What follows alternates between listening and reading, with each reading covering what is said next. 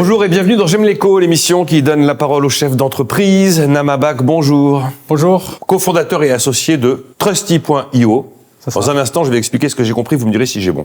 Docteur Julien Goret, bonjour. Bonjour. Vous êtes du CHU de Bordeaux et vous représentez aujourd'hui la SFA, Tout à fait. la Société française d'allergologie. Trusty.io est une plateforme de cloud, de machine learning destinée aux entreprises, aux collectivités, aux universités qui souhaitent exploiter leurs données et donner naissance à un modèle d'intelligence artificielle. Vous allez fédérer une communauté de data scientists à travers le monde qui vont récupérer les données qui permettent de créer ce modèle et qui vont s'affronter lors d'une compétition. Compétition qui va durer entre 1 et 2 mois pour essayer d'être lauréat en offrant le meilleur modèle d'intelligence artificielle possible. Et vous dites, pour à peu près 10 fois moins cher que si l'entreprise ou la collectivité s'en était occupée toute seule. C'est ça, exactement. Et c'est bon ? Exactement, Wow. vous avez tout dit. Alors, exactement, bravo. Bah, je vous laisse continuer quand Donc, même. j'ai même pas besoin de dire quoi que ce soit. Vous avez quoi, 2000 data scientists ? 2000 data scientists à travers le monde, l'Afrique, l'Asie, les États-Unis, la France, principalement des étudiants, des chercheurs, des professeurs. Et ce qui rend tout ça original, c'est qu'on participe à la démocratisation de l'IA. Ça veut dire même un petit étudiant dans sa chambre au fin fond de Kenya, il peut participer à nos compétitions, créer des algorithmes, se comparer à d'autres et gagner aussi des prix. C'est ça qui fait l'originalité de Trusty. On va s'intéresser à ce qui s'est passé avec la Société française d'allergologie, représentée par le docteur Julien Goret. On dira un mot quand même de la sécurité des données, parce que moi je me mets à la place de la boîte qui dit « Bon, ben voilà mes données pour avoir mon modèle d'IA. Quoi, ça va partir dans le monde entier ?» Wow. Mais, racontez-moi, Julien Goret, docteur, l'histoire de votre collaboration entre la Société française d'allergologie et Nama Bak avec Trusty.io. Complètement. En fait, le diagnostic des allergies repose à la fois sur des données cliniques et des données biologiques. Et on dispose aujourd'hui de puces allergènes qui permettent d'identifier sur un petit échantillon de sérum 300 spécificités allergéniques. Donc nous, à interpréter finalement, pour être exhaustif et être vraiment pertinent, c'est extrêmement compliqué. Il faudrait plusieurs cerveaux en même temps. Exactement. Et plusieurs années. Tout à fait. Et c'est pour ça qu'on a besoin finalement d'outils comme l'IA pour nous y aider. Et donc on a développé un projet avec le F-Data Hub, la Société française d'allergologie, le réseau Allergobionet, grâce à une subvention de la Banque publique d'investissement pour développer une base de données.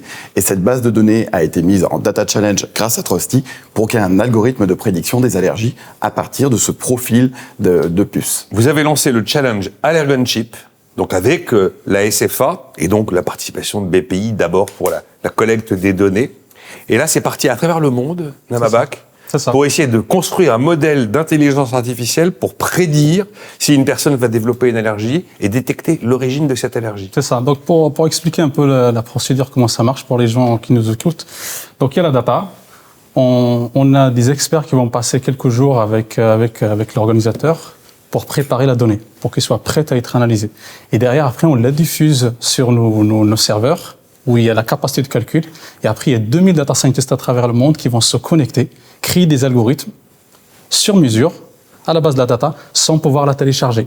Donc, sans pouvoir la télécharger. C'est ça vraiment ce qui nous rend unique par rapport à tout. C'est votre système maison de sécurité. C'est ça. Et donc, c'est ce qu'a motivé notre choix finalement. Et vous êtes allé chez Trusty parce que vous saviez que la data serait préservée. Exactement. C'est-à-dire le fait que ce soit une société française, déjà, c'était important. Et le fait qu'en plus ce soit sur des serveurs européens qui respectent la réglementation européenne, c'était essentiel. Mais cette souveraineté des data était elle aussi importante, puisqu'on ne perdait pas la base qu'on avait créée. Donc ça veut dire que tous ces data scientists ne pourront jamais la télécharger.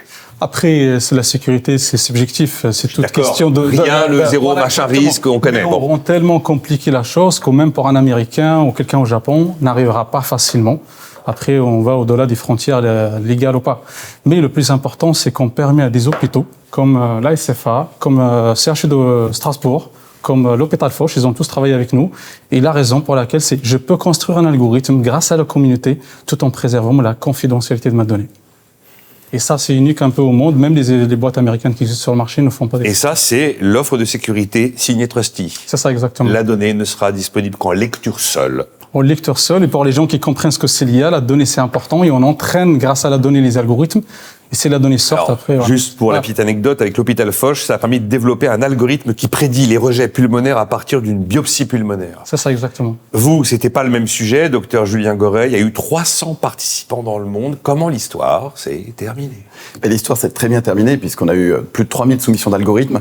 Et donc, en effet, on peut pas télécharger la base, mais à la fin, une fois que le challenge est fini, on obtient ces algorithmes. Ils sont mis finalement en open source, donc à disponibilité de toute la communauté scientifique. Et c'est ça qui est intéressant. Et dans notre cas, en effet, on a eu un algorithme qui fait une très bonne prédiction des allergies respiratoires notamment. Et l'histoire aussi est extrêmement intéressante puisque sur le podium, on avait également des gens qui ne connaissaient strictement rien à l'allergie, et notamment un adolescent de 16 ans, qui est un jeune indien, qui a participé avec son père pour former une équipe puisqu'il n'avait pas le droit, finalement en tant que mineur, de participer, et qui a su justement intégrer les données et faire le lien entre toutes les informations. Et donc, il a fait partie des lauréats. Exactement, il s'est même présenté à Paris pour la remise de prix. Il a 16 ans. Il a 16 ans, ouais. Et il est postulé au MIT aujourd'hui. Quelle histoire de dingue. D'abord, comment le lauréat va être désigné? Donc, c'est l'une des choses qu'on a développées. Donc, en fait, quand il y a des soumissions d'algorithmes, nous, on a développé un mécanisme qui les classe automatiquement. OK? Donc, on arrive à évaluer les algorithmes automatiquement et à la fin, on va prendre les 3 meilleurs. Mais le plus important, je suis aujourd'hui 5e. Si je fais rien d'ici demain, je vais passer 10e. Et le lendemain, je suis même 15e. Donc, en fait, on pousse les gens à aller redévelopper leurs algorithmes. Et là, on atteint des choses à l'état de l'art. C'est ça aussi qui fait l'intérêt de construire des algorithmes avec Trusty. Il y a une deadline, il y a un moment où la compétition s'arrête. Et tant que c'est pas fini, j'ai intérêt. Oui. Et si je fais rien pendant une semaine, je suis certain que je ne serai plus dans le podium. Il faut que je retravaille ma modélisation.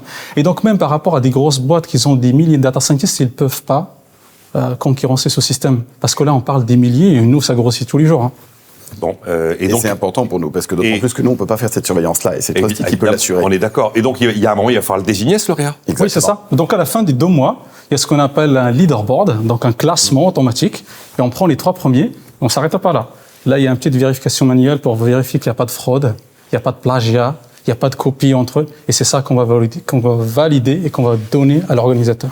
Et auquel cas, nous également, on rajoute quelques critères subjectifs sur la facilité de réutiliser l'algorithme, sur comment l'algorithme a été construit, et s'il correspond un peu à notre vision médicale des choses. Cet Indien de 16 ans a fait partie des lauréats. Tout à fait. Et lui, à l'arrivée, il est lauréat de quoi? Il a eu un prix, puisque finalement, il y avait 25 000 € de prix dans le cas de la SFA et de l'Allergenship Challenge. Donc, lui a bénéficié justement de ce type de financement. Mais surtout pour lui, c'est une opportunité énorme, évidemment, de faire la démonstration de son expérience et de son expertise maintenant, ce qui lui permet d'aller justement dans des grandes universités américaines. Et 25 000 €, en fait, c'est un montant très faible pour ce type de projet? Non, mais en fait, les gens participent pour 3 raisons. Okay, je parle des participants. Okay. La première, c'est l'argent. Il y a un prix toujours, 25 000 €. Le signal prix fonctionne dans tous les domaines. Voilà, donc ça voilà. Mais c'est pas le premier motivateur. Le deuxième, c'est que l'apprentissage. Ce sont des gens passionnés, des personnes passionnées. Mais quand je travaille dans ma chambre tout seul ou dans ma petite entreprise à 3 salariés, c'est pas comme si je me compare à des meilleurs au niveau mondial ou des gens que je connais même pas. Il y a le côté challenge. Ben bien sûr, c'est comme le sport. La compète. Et la troisième, c'est que je peux trouver un emploi et un stage. On a eu des challenges. À la fin des challenges, on donne les coordonnées des gagnants à l'organisateur et derrière, ils ont des stages, des emplois ou des choses comme ça. Bon, et la Société française d'allergologie est enchantée de l'expérience? Complètement, puisque derrière, finalement, ça permet de structurer tout un groupe de travail sur la e-santé et l'intelligence artificielle, et donc de développer toute une thématique au sein, justement, de cette société savante. Et je coordonne ce groupe de travail aujourd'hui, et c'est extrêmement enrichissant. Et on continue le projet. Waouh! Merci, Nama Bak, cofondateur associé de Trusty.io, et donc le docteur Julien Goret du CHU de Bordeaux, qui représente la Société française d'allergologie. Merci à vous. Merci.